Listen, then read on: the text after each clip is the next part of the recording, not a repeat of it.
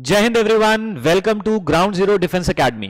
बच्चों, ground zero academy की faculty team के द्वारा जो फ्री बैचेस स्टार्ट किए गए हैं फॉर एनडीए एंड सीडीएस 1 2025, हम उम्मीद कर रहे हैं कि आपको वो पसंद आ रहे होंगे और आपसे यही रिक्वेस्ट है कि आप और बच्चों तक इस पर्टिकुलर वीडियो को शेयर करें, इसको सब्सक्राइब करें। और बहुत बच्चे जो ऐसे हैं जो फ्रेशर हैं या जिनको जो एफोर्ड नहीं कर सकते हैं वो इसको अवेल करें, बिकॉज हमने हमारे जो रिस्पेक्टिव टीचर्स हैं उन्होंने अपने अपने सब्जेक्ट्स के लेक्चर्स जो है प्रॉपर पीपीटी के द्वारा उसमें अपलोड किए हुए हैं। ठीक है, तो आप उन्हें अवेल करें और इससे हमारा भी जो है उत्साहवर्धन होगा। ओके, चलिए अभी आज का जो हमारा टॉपिक है, मैं आज आपको पढ़ाने वाला हूं टाइड। ठीक है, ये टाइड्स क्या होते हैं जिसको हम हिंदी में कहते हैं ज्वार भाटा। ओके, तो आज का टॉपिक रहेगा ज्वार भाटा के ऊपर। स्टार्ट करते हैं।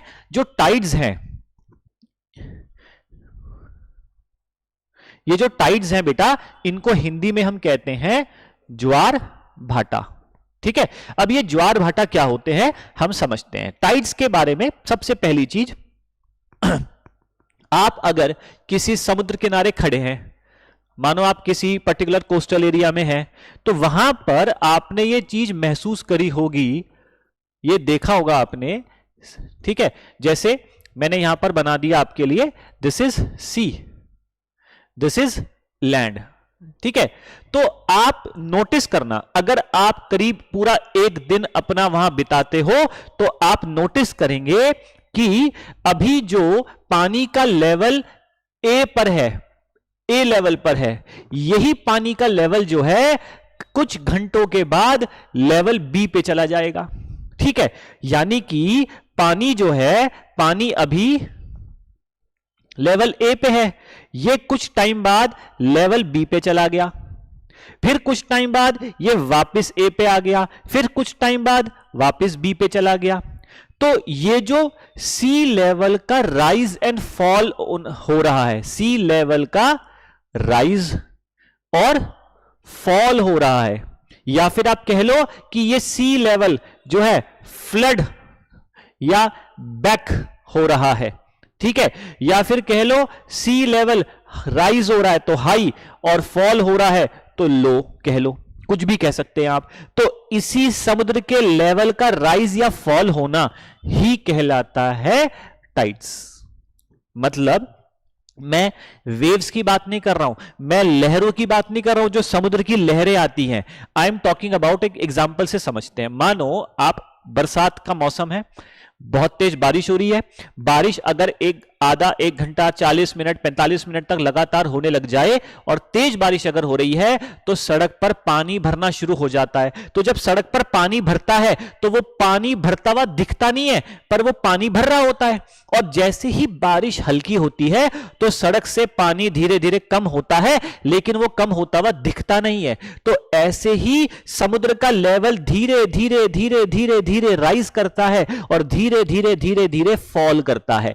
तो ये जो राइज ऑन फॉल है, ये करीब 12 घंटे 26 मिनट।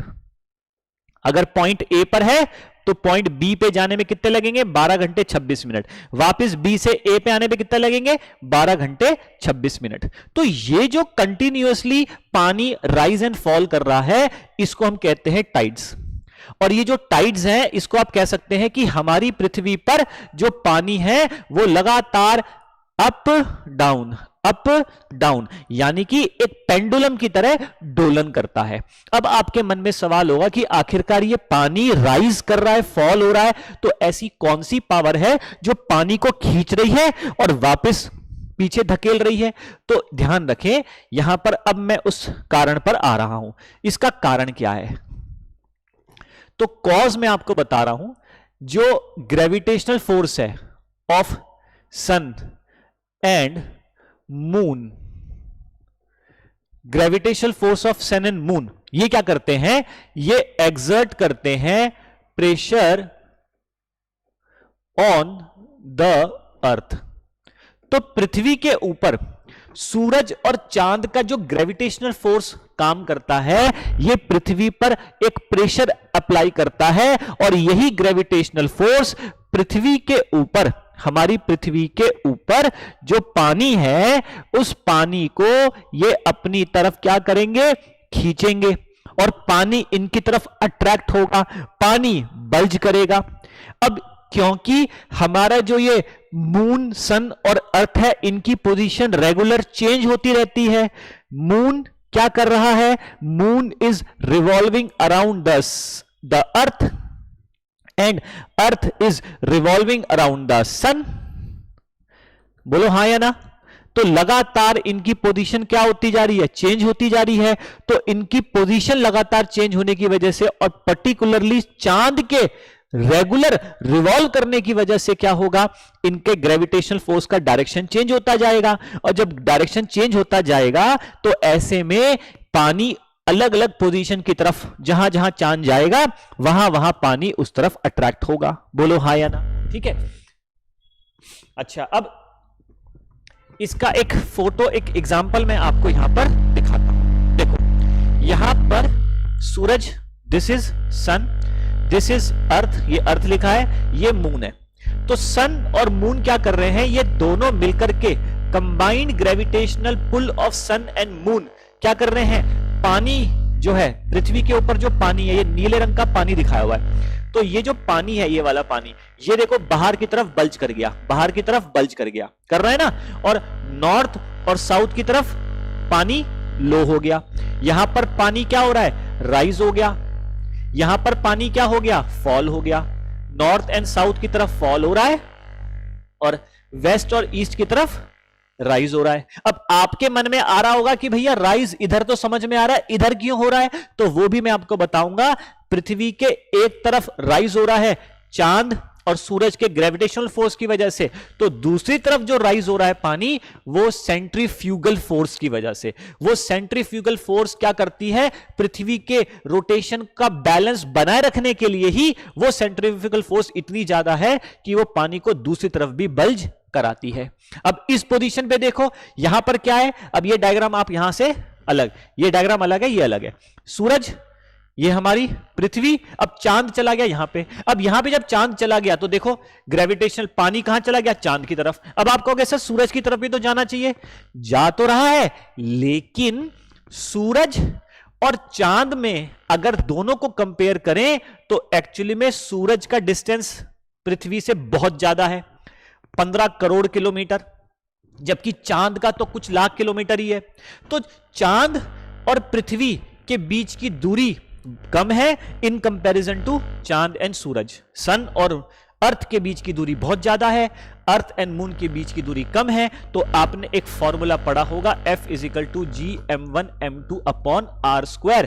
तो इसका मतलब डिस्टेंस मैटर करता है फोर्स पर। तो डिस्टेंस कम है, तो अगर देखें तो gravitational force of moon is twice gravitational force of sun on earth. ध्यान रखना, ऑन अर्थ बोल रहा हूं मैं, ऑन अर्थ।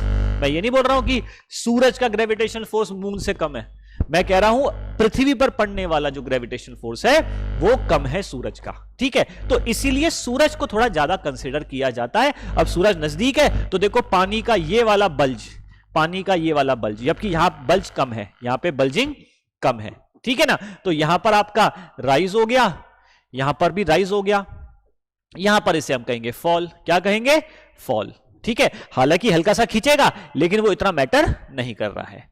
तो मैंने आपको बताया कि यहां मैंने मेंशन करा है कि ग्रेविटेशनल फोर्स सन और मून का जो होता है वो एक्सर्ट करता है प्रेशर ऑन द अर्थ। अब पृथ्वी के ऊपर जो पानी वाला भाग है, वो पानी वाला भाग इनकी तरफ अट्रैक्ट होता है, पानी इनकी तरफ खींचता है। तो जहां जहां चांद जाएगा, चांद यहां है, पानी इधर चला गया, चांद यहां आ गया, पानी उधर चला गया, चांद यहां आ गया, पानी इधर चला गया। जैसे से चांद रिवॉल्व करेगा पानी उस तरफ जाएगा। ये बात समझ में आ गई? ठीक है, एक और डायग्राम देख लो आप। देखो यहां पे ये सन हो गया बेटा, ठीक है, ये चांद हो गया आपका, और ये देखो ये अर्थ है आपकी, और अर्थ के बाहर ये वाला जो पोर्शन है ये बल्ज हो गया। ये वाला पोर्शन क्या हो रहा है? बल्ज हो रहा है। तो यहां पर आ गया है हाई टाइड। ये क्या आ रहा है? High Tide. हाई टाइड का मतलब मैंने क्या बोला? राइज हो रहा है। यहां पर क्या हो रहा है? राइज हो रहा है। जबकि ऊपर क्या हो रहा है? फॉल हो रहा है। क्या हो रहा है बेटा? फॉल हो रहा है। तो फॉल होना मतलब ये लो टाइड हो रहा है। क्या हो रहा है बेटा? लो टाइड हो रहा है। देख पा रहे हैं आप? क्लियर है? तो मैंने आपको यह क्लियर करा कि आखिरकार बेटा टाइड्स क्या होते हैं। तो टाइड्स को, जिसको आप ज्वार भाटा कह रहे हैं, तो ये टाइड्स क्या हैं? ये समुद्र के लेवल का राइज एंड फॉल होना। तो जो राइज होता है, इस राइज को बोलते हैं हाई टाइड, और फॉल को क्या बोलते हैं? Low tide. तो इसीलिए मछुआरे क्या करते हैं, जैसे ही हाई टाइड आता है समुद्र में चले जाते हैं। नाउ हाई टाइड के क्या फायदे हो सकते हैं? हाई टाइड क्या है? हाई टाइड की वजह से जो जहाज है वो कई बंदरगाहों तक इजीली आ सकते हैं, जहां तक जो है वो थोड़ा इनलैंड में है, थोड़ा सा अंदर की तरफ है। तो हाई टाइड के आने से जहाज इजीली काफी किनारे तक, काफी अंदर तक आ सकते हैं। तो टाइड्स के भी बहुत फायदे हैं, ठीक है ना। तो ध्यान रखें, हाई टाइड समुद्र का लेवल राइज हो गया, लो टाइड समुद्र का लेवल फॉल हो गया। अब सवाल यह है कि समुद्र का लेवल जो राइज और फॉल हो रहा है, यह हर जगह ध्यान रखना अलग अलग है, इनकी फ्रीक्वेंसी भी अलग अलग है, क्योंकि यह डिपेंड करती है, पहला तो डिपेंड करती है on the relative position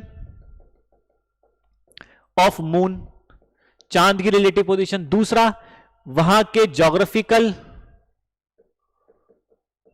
shape के आधार पर, ठीक है। ये टाइड्स हर जगह फ्रीक्वेंसी इनकी अलग अलग जगह होती है। कहीं पर जो टाइड्स आते हैं, जैसे हाई टाइड हो रहा है, ये हाई टाइड आया, कहीं पे लो टाइड आया, तो इसके हाई टाइड और लो टाइड के बीच का जो एम्पलीट्यूड है, क्या है बेटा? एम्पलीट्यूड है। एम्पलीट्यूड को मैं कह सकता हूं, इसके बीच में जो टाइडल रेंज है, इसको क्या बोलते हैं? टाइडल रेंज है, वो वेरी करेगी। कहीं पर टाइडल रेंज 5 मीटर हो सकती है, कहीं पर 8 मीटर हो सकती है, कहीं पर 12 मीटर हो सकती है, वो वेरी करती है, ठीक है। तो अभी फिलहाल आपको यह तो क्लियर हो गया कि टाइड्स का मतलब होता है समुद्र का लेवल राइज एंड फॉल होना। राइज माने हाई टाइड, फॉल माने लो टाइड, और ये क्यों आते हैं वो मैंने बता दिया। डायग्राम भी मैंने क्लियर करा, ये देखो, ये मैंने डायग्राम भी बताया। उम्मीद करता हूं कि आपको ये डायग्राम भी समझ में आए होंगे। अब इसी में जब हम आगे बढ़ते हैं तो देखो, मैंने मेंशन करा है the part of earth facing the moon, चांद, अर्थ का वो भाग जो चांद की तरफ है, वहां पर टाइड आएगा उसके ग्रेविटेशनल पुल की वजह से। जबकि अर्थ के दूसरे भाग में जो टाइड आएगा वो इसलिए आएगा उसी समय बिकॉज जो सेंट्रीफ्यूगल फोर्स है उसको बैलेंस करना है रोटेशन ऑफ अर्थ को, ठीक है। फिर मैंने क्या लिखा है, जो सेकंड टाइड आता है it is experience after a lag of 26 minute. ये 26 मिनट का क्या चक्कर है? उसका कारण है due to the relative motions of moon with respect to earth. क्या होता है ना, अर्थ जब परिक्रमा, जो मून परिक्रमा लगाता है ना पृथ्वी की, तो उसमें जो टाइम आता है वो टाइम वेरी करता है, ठीक है। तो आपने पढ़ा भी होगा, उस टाइम में जो है वेरिएशन आते हैं, ओके। और अब एक चीज, ये थर्ड पॉइंट अभी बता रहा हूं, just give me a second. देखो अब एक चीज सुनो, अभी टाइम है, देखो जब टाइड्स आते हैं तो टाइड्स तो 24/7 आएंगे। ऐसा तो है नहीं कि संडे को बंद है या रात को बंद हो जाएगा टाइड आना, क्योंकि ग्रेविटेशनल फोर्स तो रहेगा ही रहेगा। पर टाइड्स जब 24/7 आ रहे हैं तो इन टाइड्स में हमने ये देखा दो पोजीशन। देखो, जब सूरज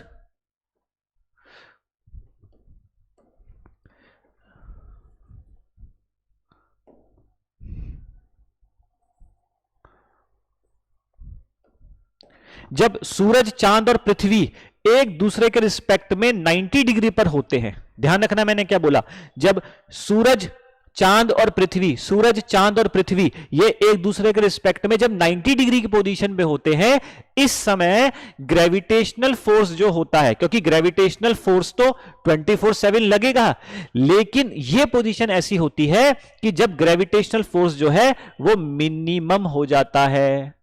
किसका ग्रेविटेशनल फोर्स? चांद और सूरज का। ये एक दूसरे को काउंटर कर देते हैं। इसका जो फोर्स लग रहा है और जो इसका फोर्स लग रहा है वो एक दूसरे को काउंटर कर देते हैं। तो जब ग्रेविटेशनल फोर्स मिनिमम हो जाता है तो ऐसे कंडीशन को कहा जाता है नीप टाइड। ये ध्यान रखना, क्या बोलते हैं? नीप टाइड। और नीप टाइड का मतलब क्या होता है? जब नीप टाइड आता है, जब ये पोजीशन होती है, तो ऐसे में जो हाई टाइड होता है और लो टाइड होता है, इन दोनों के बीच का जो टाइडल रेंज है वो कम हो जाएगा। आप ऐसे एक एग्जांपल से समझो, एक व्यक्ति झूला झूल रहा, एक व्यक्ति क्या कर रहा है, झूला झूल रहा है, ठीक है ना, एक व्यक्ति बैठा हुआ है झूला झूल रहा, तो वो व्यक्ति उस झूले पर बैठ करके पीछे से जो व्यक्ति धक्का दे रहा है वो जितनी फोर्स लगाएगा तो उतनी फोर्स के मुताबिक झूला उतना आगे जाएगा उतना पीछे भी आएगा। अगर झूले पर बैठे व्यक्ति को जब धक्का दिया गया, झूले को जब धक्का दिया गया तो जितनी फोर्स लगाई, तो फोर्स अगर कम थी तो झूला भी आगे उतना ही जाएगा तो पीछे भी उतना ही आएगा। अगर फोर्स ज्यादा लगाएगा तो ज्यादा आगे भी जाएगा, ज्यादा पीछे भी आएगा। तो यहां मैं क्या कह रहा हूं, फोर्स कम है तो हाई टाइड ज्यादा हाई नहीं आएंगे, लो टाइड ज्यादा लो, मतलब ज्यादा राइज भी नहीं होगा, ना तो ज्यादा राइज होगा ना ही ज्यादा फॉल, ना ज्यादा आगे जाएगा ना ज्यादा पीछे जाएगा, तो इनके बीच का जो डिफरेंस है वो कम हो जाएगा। ये बात समझ में आ गई। तो नीप टाइड में हाई टाइड और लो टाइड दोनों ही कम हो जाते हैं, दोनों की इंटेंसिटी कम हो जाती है, ठीक है। इसी के अपोजिट क्या होता है, इसी के अपोजिट देखो मैं आपको बताता हूं। अब एक डायग्राम में चेंज कर रहा हूं, ठीक है। अब की बार कंडीशन में क्या बना रहा हूं, ध्यान से सुनना। अर्थ तो यही है, अर्थ तो मैं यही बना रहा हूं, मून की पोजीशन चेंज कर दी, मानो मून की पोजीशन हो गई ये वाली। अब इस कंडीशन में ये एक दूसरे के रिस्पेक्ट में 180 डिग्री पर आ गए, यानी कि स्ट्रेट लाइन पे आ गए। तो जब ये स्ट्रेट लाइन पे आ जाते हैं तो इस उल्टा हो जाता है। अब की बार ग्रेविटेशनल फोर्स हो जाती है मैक्सिमम, और इस कंडीशन में जो टाइड आता है उसे हम कहते हैं स्प्रिंग टाइड। क्या बोलते हैं, स्प्रिंग टाइड। और ये स्प्रिंग टाइड की कंडीशन अगर आप देखें तो जब हम आगे पढ़ेंगे, चांद की कंडीशन आपने देखी होगी, this is the position for new moon and this is the position of full moon. यानी कि जब अमावस का दिन हो, अमावस्या जिसे कहते हैं, या फिर पूर्णिमा का दिन हो, तो पूर्णिमा और अमावस वाली कंडीशन है, ये स्ट्रेट लाइन में है। तो जब ये स्ट्रेट लाइन में होते हैं, 180 डिग्री के एंगल पे होते हैं, तब ग्रेविटेशनल फोर्स मैक्सिमम होता है। इस कंडीशन को कहते हैं स्प्रिंग टाइड। और जब स्प्रिंग टाइड होगा तो ग्रेविटेशनल फोर्स ज्यादा है, तो ज्यादा धक्का आगे तो ज्यादा पीछे भी जाएगा। तो हाई टाइड हाई होंगे और लो टाइड भी वेरी लो, वेरी हाई और वेरी लो। तो हाई टाइड ज्यादा राइज होगा, लो टाइड भी ज्यादा फॉल होगा। तो अब इनका एम्पलीट्यूड मैक्सिमम हो जाएगा। ये बात क्लियर हुई, स्प्रिंग टाइड और नीट टाइड की बात क्लियर हो गई। तो टाइड्स में आपको यह ध्यान रखना है कि एक स्प्रिंग टाइड होता है, एक नीप टाइड होता है, हाई टाइड लो टाइड क्या होते हैं वो मैंने कंडीशन आपको बता दी। अब आप एक चीज और ध्यान दें, जो पॉइंट नंबर 3 है, क्या है, इंग्लैंड में एक जगह पड़ती है साउथहैम्पटन। कहां लोकेटेड है, in the southern coast of England. यहां पर टाइड्स 4 आते हैं, यूजुअली जो टाइड्स आते हैं वो 12 घंटे 26 मिनट इन जनरल, पर यहां पर हर 6 घंटे में एक टाइड आता है। उसका कारण यह है कि जो इंग्लैंड है, इंग्लैंड के इस पोजीशन पे 2 टाइड इस तरफ से आते हैं, 2 टाइड इस तरफ से आते हैं। क्यों, क्योंकि एक लेकर आएगा, देखो इंग्लिश चैनल, 2 तो इंग्लिश चैनल लेकर आएंगे, और 2 टाइड कौन लाएंगे, नॉर्थ सी। तो 2 टाइड नॉर्थ सी ला रहा है और 2 टाइड इंग्लिश चैनल लेकर आ रहा है। तो दोनों तरफ से जो है आ रहा है। अब देखो ना, जैसे एग्जांपल के तौर पर मैं आपको एक और बताता हूं। देखो ये आपका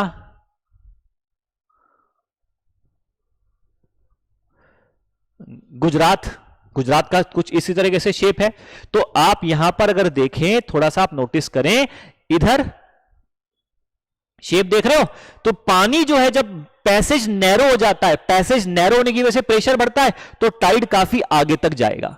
जब इतना सारा पानी आगे बढ़ेगा, आगे का पैसेज हो गया नैरो, तो वॉल्यूम बढ़ने से प्रेशर बढ़ेगा, तो प्रेशर उसको और आगे तक। तो यहां पर ये जो एरिया है गुजरात का, इस पर्टिकुलर एरिया में ये जो गल्फ ऑफ कच्छ वाला एरिया है, कौन सा है, gulf of Kutch, this is gulf of Kutch. तो इस गल्फ ऑफ कच्छ में जो टाइडल बोर आता है, जो टाइडल रेंज होती है वो करीब करीब 9 मीटर तक पहुंच जाती है। कितना? 9 मीटर। 8 मीटर, 9 मीटर, अलग अलग किताबों में अलग अलग लिखा हुआ है। ऐसे ही गल्फ ऑफ खंबात देख लो आप, गल्फ ऑफ खंबात में भी आपका टाइडल बोर अच्छा खासा आ जाता है। ओके, तो ऐसे ही आपका जो टाइडल बोर है तो उसमें आप ध्यान रखना एक नाम आता है Bay of Fundy. Bay of Fundy, ये कनाडा में है। कहां है? कनाडा में। तो वर्ल्ड में सबसे ज्यादा जो टाइडल आपका रेंज आता है, जहां टाइड्स काफी ऊपर तक आते हैं, वो है बे ऑफ फंडी, करीब 17 मीटर। कितना? 17 मीटर। ओके, तो आप ध्यान रखना कि टाइड्स का मतलब क्या होता है? ये पानी, समुद्र के पानी का राइज होना या फॉल होना। तो यहां पर ज्योग्राफिकल शेप की वजह से ऐसा हो रहा है कि इतना ज्यादा राइज हो जाता है। क्लियर हुआ? और हर जगह फ्रीक्वेंसी अलग अलग है depending upon the shape of the continent, country और कोस्ट। ठीक है, तो बच्चों उम्मीद कर रहा हूं कि आपको आज का एक छोटा सा टॉपिक टाइड्स, ज्वार भाटा पसंद आया हो, समझ में भी आया होगा। तो अगर आपको अच्छा लगा तो इसको प्लीज आप और बच्चों तक शेयर जरूर करें। अगली क्लास में फिर मुलाकात करते हैं। टिल देन, जय हिंद एवरीवन।